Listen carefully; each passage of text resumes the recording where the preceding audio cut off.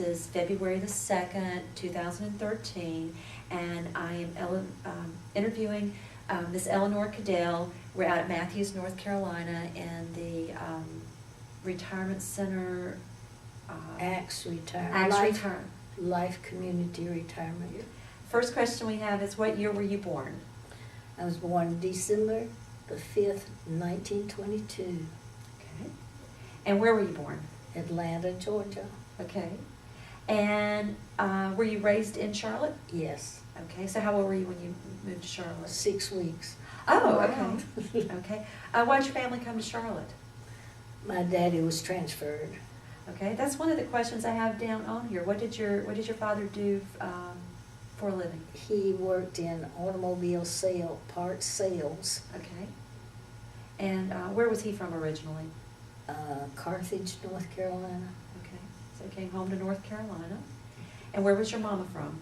Lafayette, Alabama, Okay. but grew up in Atlanta. Did you have brothers or sisters? I had 2 older brothers. Okay. And so you were the baby of the family? Mhm. All right. So what kind of work did your mother do? No, just she was a homemaker. Okay. And how far did your parents go with their own educations? My father went through high school and my mother went through 9th grade. And tell me a little bit about the home you grew up in.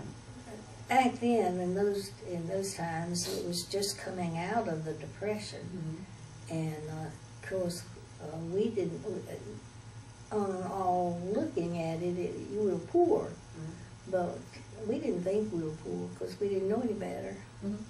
Did you grow your own food or? No, but my father had 2 sisters that lived out from Charlotte on farms, and they grew food that we got. Oh, good. So you were kind of coming of age during World War II. Mm-hmm. So how did that affect you and your family? Well, see, I was in high school, and my father died when I was a senior in high school. Okay. And the war came, and my 2 brothers went off to war, and that left Mother and me. Wow. And my mother and father had just bought a house. And the question was, was no money for me to go to school. It was a real quandary of what I was going to do, because I didn't want Mother to lose the house, and my 2 brothers were gone. And so at that time, Charlotte Memorial was being built and opened a school of nursing, and I thought, aha, that's what I'll do. So I borrowed money to pay for my tuition. Now, I'm just curious, did you borrow money from the Rotary Club. Oh, okay. Oh, okay. Mm-hmm. Do you remember how much you borrowed? $500. Wow. That probably seemed like a huge amount of money. It was huge. Yeah. And you had to pay it back. Uh-huh. And so, but you didn't have to pay it back till you went to work. Okay. And so I paid it back, $15 a month, Oh.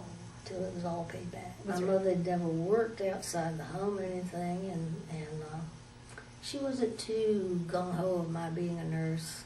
Okay. Well, she thought that nurses were not, the best people. Okay. She wanted me to be a secretary. Okay. Was that a common idea, you think, Mhm. during that period of time? Mm-hmm. Okay. So a secretary was considered a higher Only higher calling.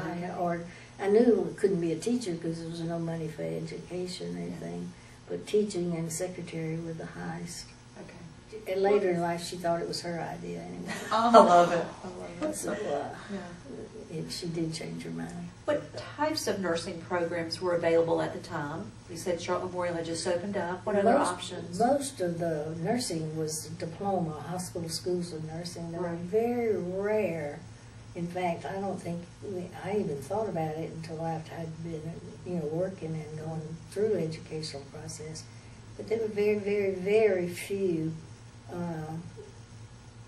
university-based schools of nursing. Really? Now, there was also programs at Mercy and Presbyterian, so why did you choose Charlotte Memorial? Well, it was new. Tell me about your educational program when you were at Charlotte Memorial and what classes you took in addition to nursing. We didn't How was take any. Well, they were all encompassed in the school of nursing. We took sociology and psychology, but they were taught by faculty in the school of nursing. Okay. They were not college prepared or anything like that. So anatomy and physiology. Anatomy, physiology and chemistry and microbiology. pharmacology, sociology and psychology, and part of that element in psychology was psychiatry. And then we had courses in medical nursing, surgical nursing, pediatrics, obstetrics, all the goodies in nursing.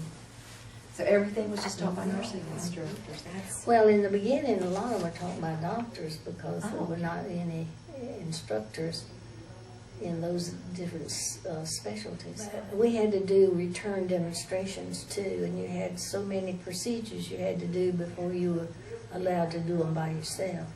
So were you doing your return demonstration on the- live patients, or you didn't have mannequins to work on? Oh, yeah, back we then? had a Did you? mannequin, Oh, did you? Okay. and we learned to do the procedure. But when we went in the hospital, you did it on the people. And then you had to prove yourself. Yeah. Okay.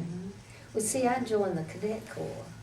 Tell me about that. That was when my second year. You joined the Cadet Corps, and that was preparing nurses for armed service, meaning that they would pay your tuition, and see, that also helped me. Right. They paid your tuition and gave you $20 a month stipend.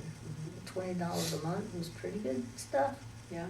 And so they paid your tuition and your uniforms and shoes, all your nursing outfit they paid for, and books, everything, room and board, everything.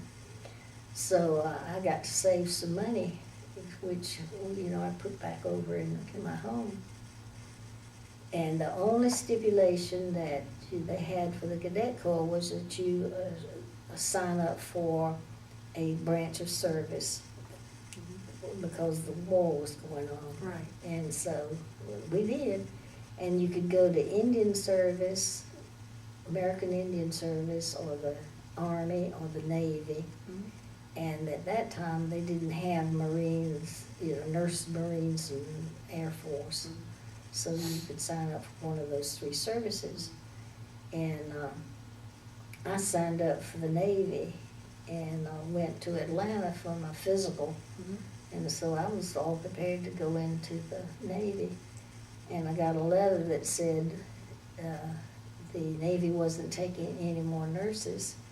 And Was that after you graduated, you got that letter? No, I During was nursing school. I was Okay. in nursing school. Okay. And so that they would be glad to send my application over to the Army. And I wrote back and said, don't do that just yet. Yeah. And the war ended. Okay. So I didn't have to do any stuff.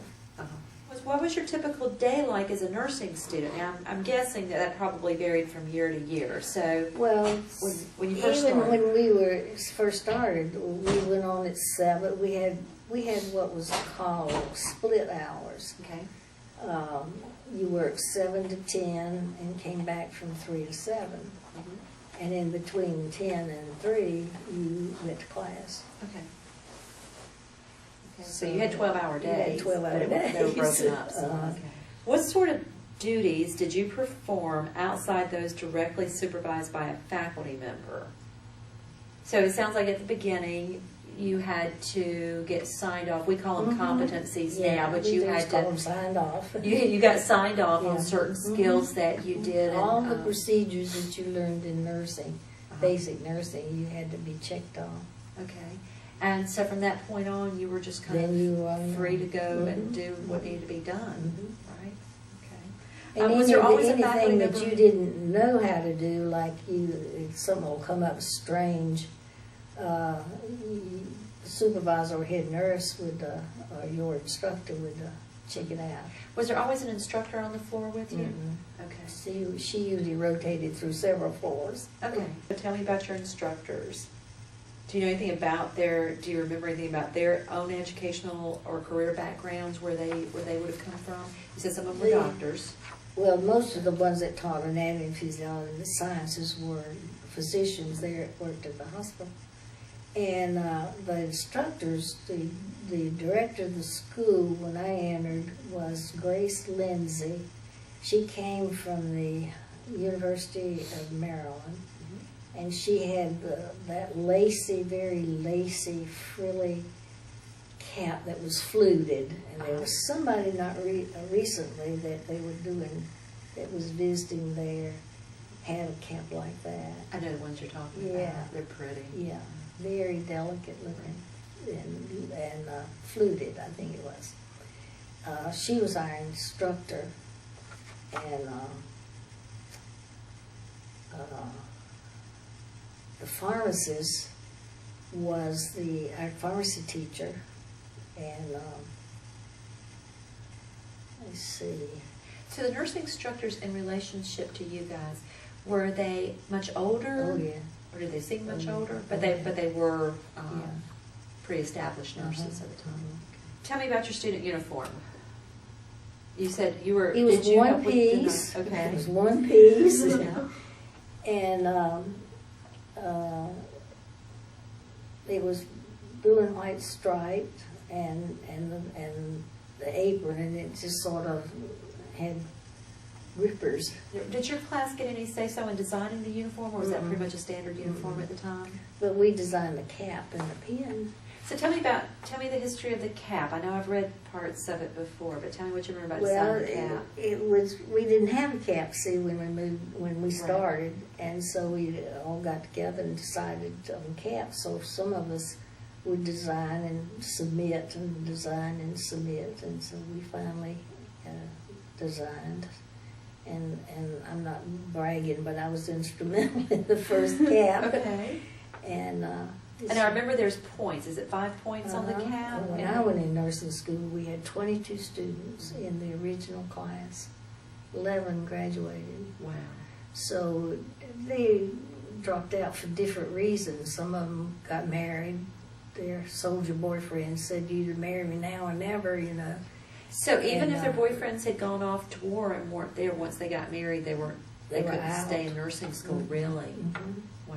Of course, we had a lot of secret ones going on. Oh, really? Yeah. Tell us about that. Did y'all as the Sure, students we know knew about it. that? Just nobody else did. Who do you think helped? Is that Yeah, mischief? we knew that. That was part of our mischief, you know. That's a pretty good Yeah. mischief. Yeah, we knew all about them. So did you actually We didn't have- tell. Did you actually have students who were married that ended up Yeah. graduating? Mhm. How cool. Yeah. Very. And then they changed their policy, and you could get married. About what year do you think it was that they changed the get married policy? About right near the end of the war. Oh, really? Yeah. Okay. Mhm. Okay. For some reason, I thought that policy went Well, on. they a were lot longer. losing nurses. Yeah. And they wanted to keep nurses because we didn't have any on the floors, you know. Right. Right. Can I ask, what kinds of things did you have to, like, keep secrets about? You know, were there, like, letters? No, no, but there were ways to get in and out of the nursing home without the nursing house mother knowing about it. Right. And there were also people on the inside that let you back in, Sure. you know, all that kind of stuff. Yeah. So there was a house mother that lived in the Mhm. house in the dormitory with you the whole time. Okay. So do you remember any of the secrets for getting in Now and I out? will tell. Sworn to secrecy all the way through. We had a victory garden down by the creek, and they planted tomatoes and watermelons, and they're showing off. Yeah. You know, we had a victory garden, and we'd sneak out and go down to the victory garden and get the tomatoes, and then we'd go by the kitchen and tap on the window, and they had two big black men who were cooks. They weren't chefs, they were the cooks. And one's named Marcus, and I cannot remember the other one's name. And we'd tell them we had tomatoes, and they'd hand us bread and mayonnaise out the window. Oh. And we'd go back to our apartment, back to our rooms, and have tomato sandwiches. But there was So best when you tomato think sandwiches. about cooking, Yeah. we didn't do any cooking, no. Nothing better So than a fresh tomato we sandwich. just say we were just typical kids. Yeah. So did y'all have socials? Did Oh, you get yeah. together Oh, with yeah. the We had residents and dances, dances? we had everything. So who organized those kind of things? Was that done The through the school? school. Okay. And who all was invited? Could you bring people from outside Yeah. the Oh, yeah. system? Mhm. Okay. Dances, anything else? Mhm. We had dances. Okay. Mhm. How often would you think you had them? I don't remember. I really don't. But we'd have them maybe twice a year or something like that. But in the first class, being in the first class was real joyful because the medical auxiliary, most of them are doctors' wives and all, and we were a novelty because we were the first ones. Right. And they did a lot of things for us. Oh, nice. That later, just got too much to Right. do. So I'm curious about this. If you failed a course, were you out of the program? Did you get a do-over? you were out, but you could come back in the next year and start over. You had to start completely over? You didn't get to start where you failed out? Okay. Tell me about your most memorable experience working with a physician as a nursing student at CMA, at Carolina, at Charlotte Memorial. What physicians come to mind? You have a good story for us? Well, no, not really. I think I was one of the most inquisitive students they ever had because anything that went on, I was there. Right. And we went into places that I probably wasn't supposed to be there. And I just remember one incident where I was coming from the nurses' dorm to go into dinner, to go across to the hospital to go to dinner. And this intern was there, and he as I came in, we came in the emergency room entrance and went in. That was when it was just a plain little hospital sitting there. And he said, "Come here, I want to show you something." Because I'd already established the fact that I was one of the most curious ones in everywhere. It was anything, that my nose was right there. And I went in the emergency room, and there was a man in an iron lung, and I'd never seen such a contraption in my life. And he had been struck by lightning, and they were doing the endocardial injection with a needle that must have been that long. Oh my gosh. And I'd never seen anything like that before, and that has always stayed in my memory. What years was the polio epidemic the worst? Probably 43. Okay, so you were in nurse, you were right there at the prime of your career. And we turned one whole hall on the 3rd floor into acute polio. And then as they recuperated, they built these little, first we had tents-like things out in one of the areas. My mom ground. talks about, on the Yeah, front and, lawn, I think it was right at the time. Yeah, and then they built what we always call the polio hospital, which was a cement block structure in the shape of an H, like this, And we moved the polio patients in there for rehab. Where was that located? Probably where the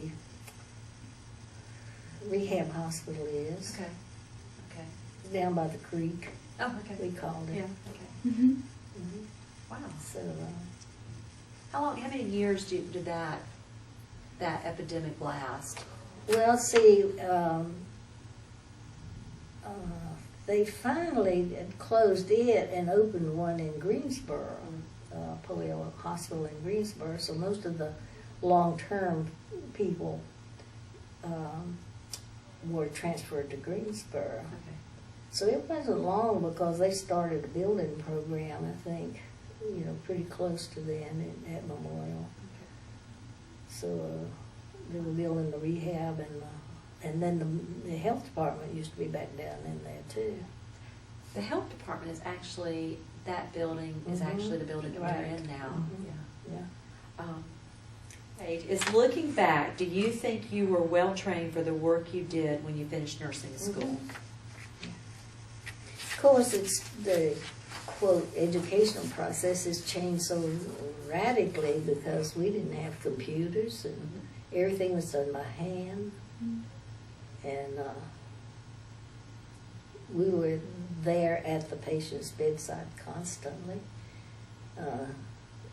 If we had nursing notes to write, we did it after we got off duty. Where did nurses commonly practice after graduation? I know you went into the hospital. Most of them were afterwards. in the hospitals. Did any of your class? Many of them went into public health. Okay, could you nursing. go into public health right out of a Mhm. diploma program? I guess at that point that was the only option. Okay. When you graduated, did you just automatically have a job if you wanted it with Charlotte Memorial? So you didn't have to go through a hiring process or Well, yeah, I had to go with and sign up. fill out papers? Yeah. Okay. But it was sort of I understood that if you graduated Yeah. from the program, you had a Well, job. I'm not sure about that, but it never occurred to me that I wouldn't have a job. Okay. Never, because I graduated one day and went to work the next. So, Really. What things did you like the most, and what things did you like the least about that first nursing position? well, I just the one I liked most was the care of the medical patients, but I think being the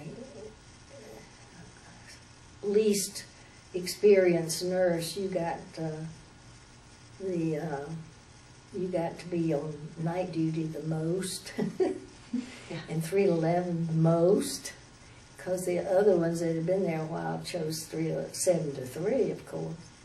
And at that time there were no more split shifts; everything was straight shifts. Right. So I spent a lot of time on nights and 3 to 11. You got the worst hours. Yeah, then. at the worst hours. Right. And I made $100 a month, 1 meal a day, and laundry of my uniforms. Wow. That was your starting. That was my starting salary. So how long did you teach then? I know you told me, I'm filling in the pieces here. You came back to Charlotte Memorial and And I taught taught- until 65, was it? No, 58. Until 58, I taught okay. 10 years Okay. at, excuse me, at Memorial. Mm-hmm. And then I went to Duke and got my master's. Okay.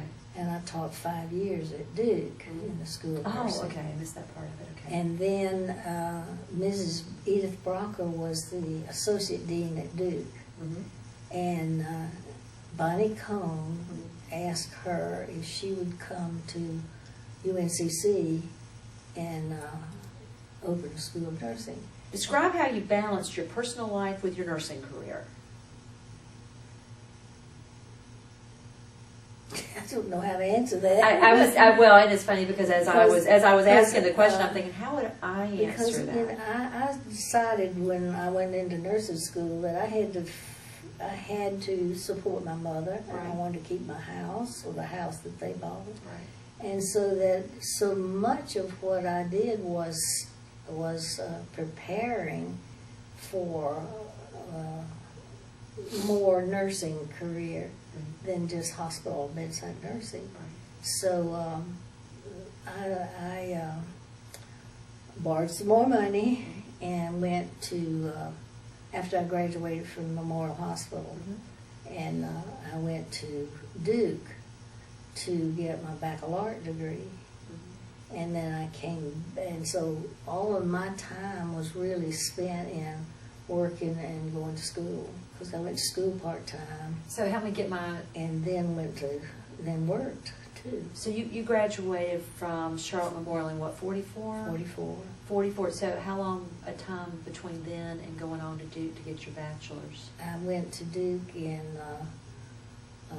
46 and came back to Charlotte Memorial as a teacher in 48. When we talk about how your nursing career affected your relationships, did you socialize primarily with people that you knew from work, or were you involved in a church activities, or how did you meet? Probably all three. All three? Okay. Well, I mean, we stayed, a bunch of us that lived in Charlotte and grew up and went through. In fact, the group that I have lunch with is some of us were friends from elementary school, junior high, and high school. And then the others we met in high school or whatever. And so many of us lived in the same neighborhood, and some of us went to the same church, and some of us didn't. And So now I'm really curious. So What we just- neighborhood, since you grew up here in Charlotte, what neighborhood did you there grow were up two in? neighborhoods. One was Elizabeth section, Okay. because I went to Elizabeth School Okay. over off Hawthorne Lane. Yeah. And then I went to Alexander Graham AG Junior High School, Okay. and we moved then to Dilworth. And my last years in school was when I lived in Dilworth. And then I lived in my house for 51 years before I moved out here.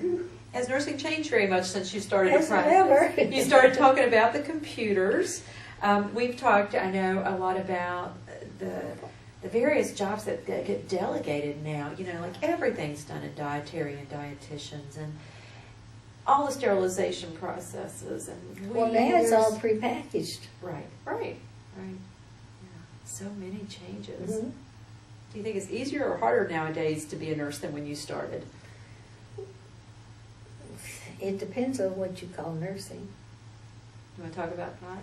because nursing is not the computer. Wire. To me, you can never replace hands-on care.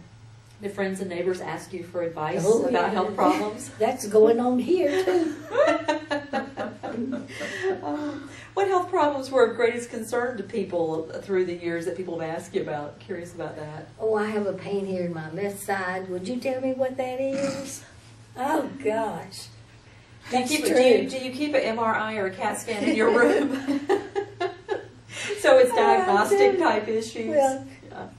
maybe I better not tell this on camera. But I had a lady call me here not long ago and said, "Would you come up and take my toenail off?" And I said, "What?" You went though, didn't No. you?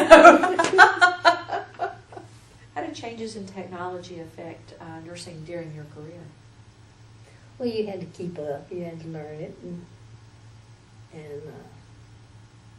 keep up with the pace. Okay. You talked about the iron lungs. Was that something you learned about in school, or was that afterwards? That was when I was in school. That was while you were in Mhm. school. Can you think of other things that you had to kind of learn along the way? I would imagine ventilators would have come along after that. Yeah, we did have some, but not many. But the one thing I remember when I was at Duke was, as I say, I was interested in all medical stuff, problems and patients. And I saw my first kidney dialysis machine. Oh, really?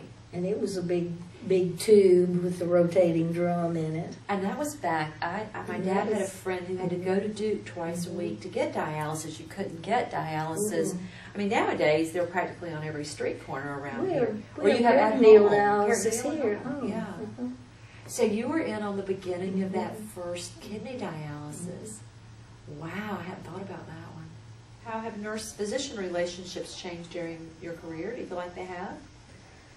Oh yeah, I think so. Now my master's thesis was on how does graduate nurse education viewed by the medical profession. Oh, and what did you find? Very enlightening. What did you find? I am very interested. Tell me about this. Well, I found out that, of course, which is obvious to me, the more secure a physician was in his physician, the more tolerant he was of graduate nurse education. Right. And then I broke it down into medical physicians were more advocates for graduate nurse education as colleagues. Surgeons were more against nurses in graduate education. Do you think the image of nurses has changed over time? Mm-hmm. In what way? For better or for worse? Some better, some worse, really. I mean, not worse, but some different. Mm-hmm. I think nurses are not seen as much as a bedside nurse as they used to be. That they spend much of their time with the computer instead of with the patient. That's things I've heard. And one is they don't make nurses like they used to. What do you think that means? What does that mean to you? It's their educational program's different. Yeah. Their clinical experience is different. That's all. I don't think they mean that maliciously or anything. Yeah. They certainly don't have the hours that you all had to put in, that's for sure. Too. Did you enjoy your nursing education? Absolutely. Absolutely. That has come across throughout the whole thing. So. Absolutely. Um, I'd still go back to nursing school. Would you really? Oh, I loved it. I love education anyway. That's I so just good. love learning. It's probably evident in how you I question. fuss at everybody about lifelong learning. That's my motto. Yeah. And that's why I just think people should never give up learning. Never, never.